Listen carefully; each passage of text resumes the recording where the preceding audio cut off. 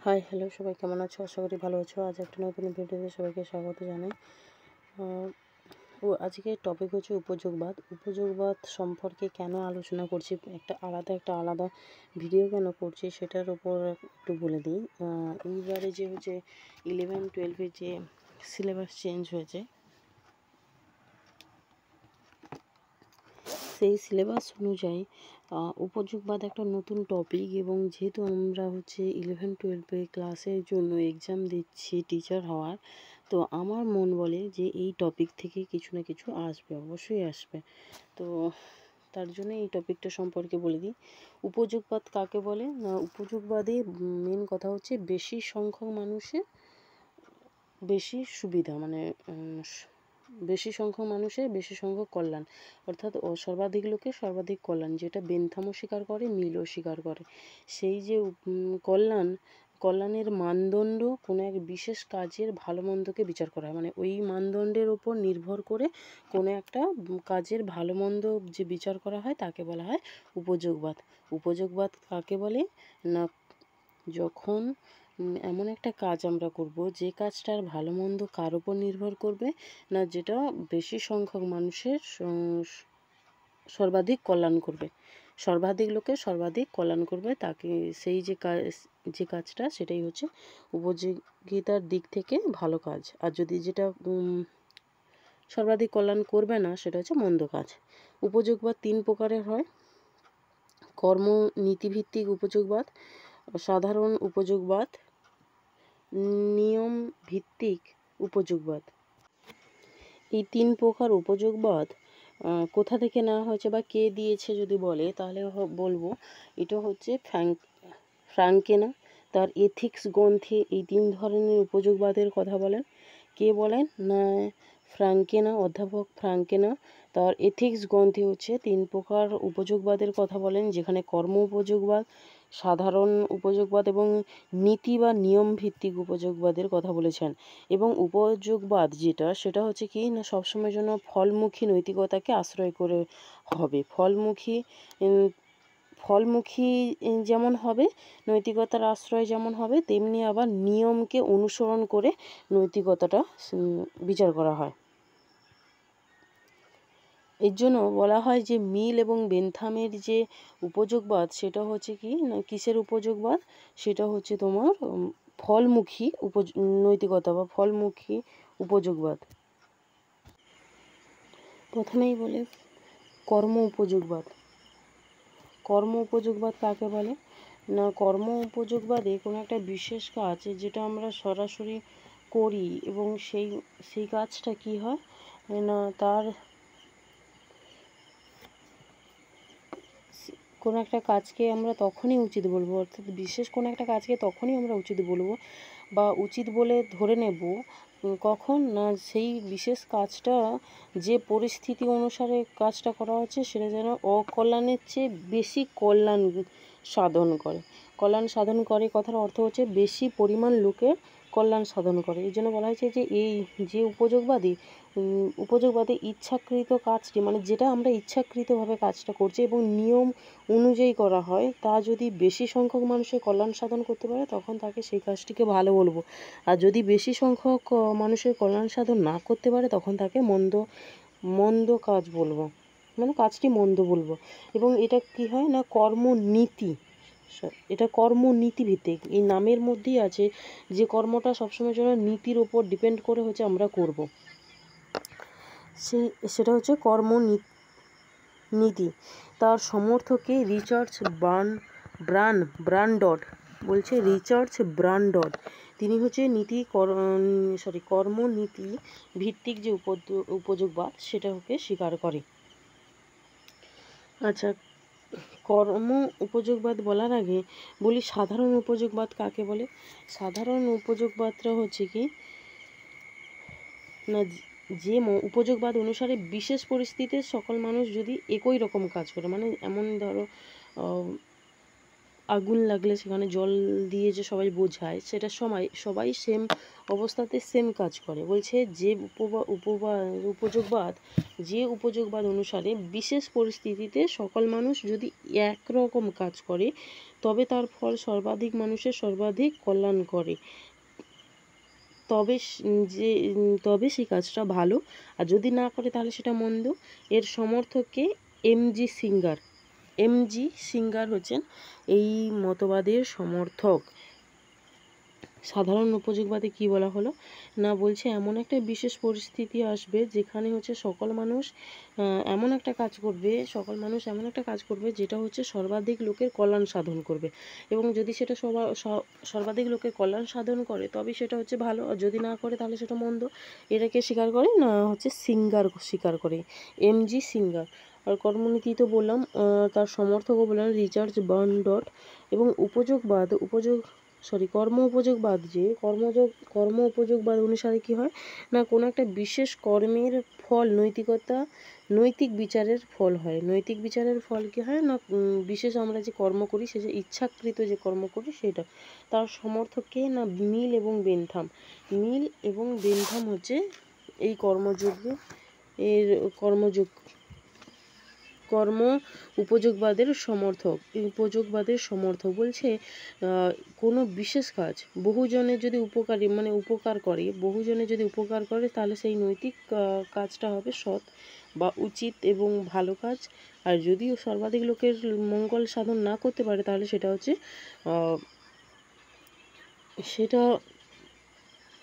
মঙ্গল যদি সাধন না করতে তাহলে সেটা ভালো নয়। এবং এর সমর্থক বললাম বেনথাম এবং মিল এবং মুর।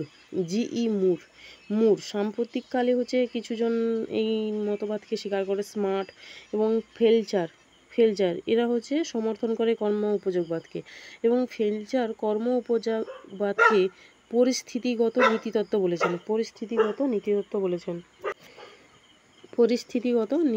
বলেছেন কে না হচ্ছে পরিস্থিতিগত নীতিতত্ত্ব এটা বলতে গিয়ে ফেলচার একটু পক্ষপাত করেছেন, যে কর্মের ওপর নির্ভর না করে নীতির ওপর ডিপেন্ড করে, এটা বলেছেন আর কি। নীতি কর্তব্যবাদ কাকে বলে না, নীতি হলো নৈতিক বিচারের একমাত্র বিষয়বস্তু। নৈতিক বিচারের বিষয়বস্তু হচ্ছে কর্ম কর্তব্য বা কর্মনীতি। বলছে এই যে নীতি কর্তব্যবাদ, সেই নীতি কর্তব্যবাদে কি বলা হয় যে মানুষের নীতিবোধের ভিত্তি হচ্ছে বিবেক। মানুষের নীতিবোধের ভিত্তি হচ্ছে বিবেক, এবং সমাজ থেকে গৃহীত সাধনের নীতি ভিত্তিতে কর্তব্য স্থির করা হয়। কর্তব্য যেটা করব আমরা, যে কাজটা আমরা করছি, আমাদেরকে কর্তব্যের জন্য কর্তব্য করতে হবে। সেই যে কাজ ধরো সেটা কান্ট স্বীকার করেছিলেন, এবং সেই মতটারই কার ওপর ডিপেন্ড করবে, নীতির ওপর ডিপেন্ড করবে। এইখানে বলছে দেখো সার্বিক নৈতিক নিয়ম স্বীকার করে। সার্বিক নৈতিক নিয়ম বলতে সবার কাছে সমানভাবে প্রযোজ্য এবং সবাই সেটাকে গ্রহণ করবে। সামান্যের নৈতিক মূল্যায়নও করা হয়। সামান্যের নৈতিক মানে কর্মত্ব যে সামান্য, সেটা হচ্ছে স্বীকার করা হয়। এর সমর্থককে কান্ট আছে, রস আছে, রিড আছে, থমাস রিড, ডব্লিউ রস এবং Immanuel Kant, Samuel Clarke, Richard Price এরাও স্বীকার করে। আচ্ছা, তাহলে বলে দিই এইগুলো সমর্থকগুলো খুব ইম্পর্টেন্ট। যেমন সাধারণ উপযোগবাদের সমর্থক এমজি সিঙ্গার, কর্ম ও নীতিভিত্তিক উপযোগবাদের সমর্থক হচ্ছে রিচার্ড বার্নডট। কর্মনীতি সেটা আলাদা। কর্ম উপযোগবাদের সমর্থক হচ্ছে মিল, বেনথাম, স্মার্ট, মুর, ফেলচার। নীতি কর্তব্যবাদের সমর্থক হচ্ছে কে না Clarke, Richard Price, Thomas Reid, W Ross, Immanuel Kant, এগুলো।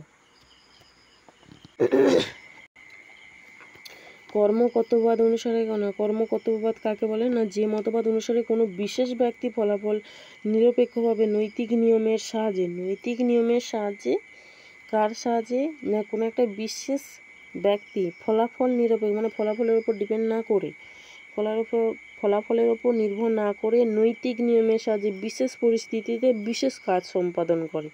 তা কিসের বিশেষ কাজ সম্পাদন করে? কর্তব্য ও কর্তব্য বিষয়ে সিদ্ধান্ত গ্রহণ করে। বলছে কর্তব্য ও অকর্তব্য বিষয়ে সিদ্ধান্ত গ্রহণ করে, তাকে বলা হয় কর্তব্যবাদ। মানে কর্মটাই ডিপেন্ড করছে কর্তব্য এবং অকর্তব্য বিষয়ের ওপর, এবং কর্মটা যে করছি তার ফলটা কিন্তু আমরা নিরপেক্ষ ফলের আশা করছি না, ফলের ওপর ডিপেন্ড করছি না, নৈতিক নিয়মের ওপর নির্ভরশীল। এর সমর্থক হচ্ছে ক্যারিট E.F. ক্যারিট, H.A. প্রিচার্ড, J Butler. এই নামটা ভীষণ পরীক্ষায় মানে আমি অনেকগুলো যে মক টেস্ট করেছি তার মধ্যে এই কোশ্চেনটা খুব এসেছিল। কর্তব্যবাদের সমর্থক কে? জে বাটলার, ক্যারিট এবং প্রিচার্ড। এই মতবাদে কী হয় না, ব্যক্তি বিশেষের দ্বারা পরিস্থিতি বিশেষে সম্পন্ন কোনো কাজ বা কর্ম বিশেষের বিচার করা, মানে বিশেষ পরিস্থিতি অনুসারে বিশেষ যে কাজটা করছি আমরা সেই কাজটার নৈতিক বিচার করা হয়। এবং এইটা হচ্ছে সার্বজনীন নীতি মানে না, কারণ এরা কর্মটাকে বেশি গুরুত্ব দেয় এবং এটি হচ্ছে কার ওপর নির্ভর করে না, এটা হচ্ছে স্বজ্ঞার মাধ্যমে আমরা সিদ্ধান্ত গ্রহণ করে থাকি। মানুষের নৈতিকতার বীজ নিহিত থাকে কোথায়? স্বজ্ঞামূলক বৃত্তিতেই থাকে, এবং এটা সহজাত যে স্বজ্ঞাবৃত্তি সেটা হচ্ছে নৈতিকতার নির্ণায়ক হচ্ছে সহজাত বৃত্তি। আচ্ছা, এটা তো বললাম বিশেষ পরিস্থিতিতে বিশেষ কর্ম যে আমরা সেটা নৈতিক নিয়ম দ্বারা করি। এবং এর সমালোচনা কে করেছে? এর সমালোচনা করেছে ফ্রাঙ্কেনা R.M. ইয়ার। আর এর উদাহরণ দিয়েছে যে এই পরিস্থিতিতে প্রতিশ্রুতি রক্ষা করা উচিত অথবা উচিত নয়। এই পরিস্থিতিতে প্রতিশ্রুতি রক্ষা করা উচিত অথবা উচিত নয়, এটা বলা হচ্ছে। বলছে কোন কর্মটি করা ঠিক হবে বা ঠিক হবে না সেটা বিশেষ পরিস্থিতিটা নির্ণয় করে। মানে আমরা কোন পরিস্থিতিতে কী ধরনের কাজ করব সেটা কেবলমাত্র বিশেষ যে পরিস্থিতিতে উপস্থিত আছি আমরা, সেই উপস্থিত যে পরিস্থিতি সেটাই হচ্ছে আমাদের সাহায্য করবে যে কোন কাজটা আমাদের করা উচিত, কোনটা করা উচিত না। নীতি উপযোগবাদ কাকে বলে না? যে মতবাদ অনুসারে কোনো বিশেষ পরিস্থিতিতে কোনো নিয়ম বা নীতি অনুসরণ করে কাজ করলে মানুষের সর্বাধিক কল্যাণ সাধিত হয়, সেটাই হচ্ছে নীতি উপযোগবাদ। মানে যে আমরা কাজটা করব সেটা হচ্ছে কার ওপর নির্ভর করবে? নীতির ওপর নির্ভর করবে বা নিয়মের ওপর নির্ভর করবে, এবং সেটা মানুষের সর্বাধিক কল্যাণ সাধন করবে। এই যে কর্মনীতি সেটা কি করে না, কর্মফলের ওপর নির্ভর করে না, এই সমর্থক রিচার্ড ব্রান্ড, জন রলস এবং বার্কলে। মিলও মাঝে মাঝে এই তত্ত্বটাকে স্বীকার করে। তো কে স্বীকার করে? রলস করে, বার্কলে করে, রিচার্ড ব্রান্ডট স্বীকার করেন। বলছে এই যে এই কর্মের কি হয় না, পরিণতিটা কিসের ওপর নির্ভর করে না, কর্মনীতির ওপর। আমরা যে নীতি অনুসরণ করে কর্ম করছি তার ওপর নির্ভর করে, এবং এটা কি হয় না, মানুষের সর্বাধিক কল্যাণ সাধনের কথা ইঙ্গিত দেয়। উপযোগ কথার অর্থই হচ্ছে সর্বাধিক লোকের সর্বাধিক কল্যাণ করা। তো সেই জায়গায় সমস্ত কিছুতে যোগ থাকবে এটা। এবং এরপরে বলি কর্ম উপযোগবাদ তো একটু আগেই বলেছি মোটামুটি। সেটা হচ্ছে কি, বিশেষ পরিস্থিতিতে বিশেষ কাজ করব, যে কাজটা আমরা করব সেই কাজটা যতটা পরিমাণ কল্যাণ সাধন করবে সেটা তাহলে ভালো, আর যদি বেশি পরিমাণ কল্যাণ সাধন না করে তাহলে সেটা হচ্ছে মন্দ। কে স্বীকার করে? G.E. মুর করে, বেনথাম করে, মিল করে, ফ্লেচার করেন, জোসেফ ফ্লেচার এবং J.C. স্মার্টও করেন। বলছে এটা কর্মের ওপর গুরুত্ব দেয়, কোনো বিশেষ কর্মের উপযোগিতার ওপর ভিত্তি করে কর্মটি ভালো না মন্দ তা নির্ণয় করা হয়। বলছে কর্মটা বিশেষ কর্মের নিয়মের অন্তর্ভুক্ত নয়, মানে কোনো একটা একদম যে নিয়মের ওপর ডিপেন্ড করবে না। নিয়ম কর্তব্যবাদ কি না, যে নৈতিক মতবাদে বলা হয় যে আমাদের ন্যায় অন্যায়ের আদর্শ এক এবং একাধিক নিয়ম নিয়ে গঠিত, যেসব কর্মনিয়ম উদ্দেশ্যমুখী, মানে উদ্দেশ্য, কিছু একটা উদ্দেশ্যে আমরা কোনো কিছু কাজ করছি, তখন সেটা হচ্ছে কি নিয়ম কর্তব্যবাদ। যেখানে হচ্ছে প্রচলিত যে নিয়ম থাকবে তা থেকে ভিন্ন হতে পারে, ভিন্ন বা বিশেষ বা সামান্য মানে হতে পারে। নিয়মগুলির সাহায্যে বিশেষ পরিস্থিতিতে আমরা কি করা উচিত বা কি করা উচিত নয় সেটা নির্ধারণ করা যায়। সেটা হচ্ছে নিয়ম কর্তব্যবাদ। নিয়ম কর্তব্যবাদে কী বলা হলো তাহলে? বলছে যে সমস্ত কর্ম নিয়মের উদ্দেশ্যে মানে এটা উদ্দেশ্যমুখী নয়, যে প্রচলিত নিয়ম বা ভিন্ন কোনো কিছু থেকে বা বিশেষ নিয়মগুলির সাহায্যে বিশেষ পরিস্থিতিতে আমাদের কি করা উচিত এবং কি করা উচিত নয় সেটা নির্ধারিত করে। এটা হচ্ছে নিয়ম কর্তব্যবাদ। নিয়ম কর্তব্যবাদের সমর্থক হচ্ছে ডি রস। কর্তব্যমুখী নৈতিকতা, এটা তো সবাই জানো, এটা কান্টের। কারণ কর্তব্যের জন্য কর্তব্য করতে হবে। বলছে কোনো একটা কর্ম বা কর্মনীতিকে নৈতিক ভালো বা মন্দ তখনই বলবো আমরা যদি সেটা কর্মনীতির ওপর ডিপেন্ড করে হয় এবং সেটা কর্মনীতিটা হবে শতমূল্যবান হবে। কর্মনীতিটা কীরকম হবে না, শতমূল্যবান হবে। বলছে এটা এই যে ততটা এটা কে স্বীকার করে? কর্তব্যমুখী নৈতিকতা, সেটা হচ্ছে কান্ট স্বীকার করেন। কান্টের মতে হচ্ছে নৈতিক নিয়ম সম্পূর্ণভাবে আকারগত হবে। এবং উপযোগবাদের যদি একটা কিছু সামান্য বৈশিষ্ট্যের কথা আমরা বলি তাহলে সেটা বলতে হয় সর্বাধিক লোকের সর্বাধিক কল্যাণ বা সুখ উৎপন্ন করা। আর হচ্ছে সর্বসাধারণের কল্যাণ সাধনই হচ্ছে নৈতিক বিচারের মাপকাঠি। আমাদের যে কর্তব্য হচ্ছে কেবলমাত্র আত্মসুখ না, অপরের সুখেরও কথা ভাবতে হবে এবং সেই অনুযায়ী আমাদের কর্ম করতে হবে এবং সুখ লাভই কর্ম পালনের উদ্দেশ্য। বলছে সুখের মাপকাঠি হলো কি? সুখের পরিমাণ। সুখের মাপকাঠি হচ্ছে কি? সুখের পরিমাণ। আচ্ছা, আমি এখানে অনেকগুলো উপযোগবাদের কথা বললাম, যেমন বললাম সাধারণ, কর্মনীতিভিত্তিক, নীতি কর্তব্য, কর্ম কর্তব্য, নীতি উপযোগ, কর্ম উপযোগ, তারপরে হচ্ছে কর্তব্যমুখী উপযোগ, নিয়ম কর্তব্যবাদ। মানে আমি অনেকগুলো বলেছি, মানে খুব খেয়াল করে বিষয়গুলোকে বুঝে বুঝে পড়ো। কারণ হচ্ছে প্রথম বললাম সাধারণ, তারপরে বললাম কর্মনীতি, কর্ম উপযোগ আর নীতি কর্তব্য, নীতি উপযোগও আছে, নীতি উপযোগবাদ, কর্ম উপযোগবাদ, সাধারণ উপযোগবাদ, তারপরে হচ্ছে কর্মনীতি নীতি বা কর্মকর্তব্যবাদ, তারপরে কর্মকর্তব্যবাদ তো বললাম, কর্মকর্তব্যবাদ, নীতি কর্তব্যবাদ, তারপরে বললাম যে কর্তব্যমুখী উপযোগবাদ বা নৈতিকতা, তারপর নিয়ম কর্তব্যবাদ। মোটামুটি অনেকগুলো বলেছি, তো ঠিকঠাক করে যদি পড়ো এবং এখানে সবগুলো কে সমর্থন করে, কে হচ্ছে সমর্থন করে না, সমস্ত কিছু ঠিকঠাক করে বলা আছে। তবে এখান থেকে একটা কোশ্চেন মাস্ট বি অবশ্যই আসবে, তো এটা একটু খেয়াল রেখো।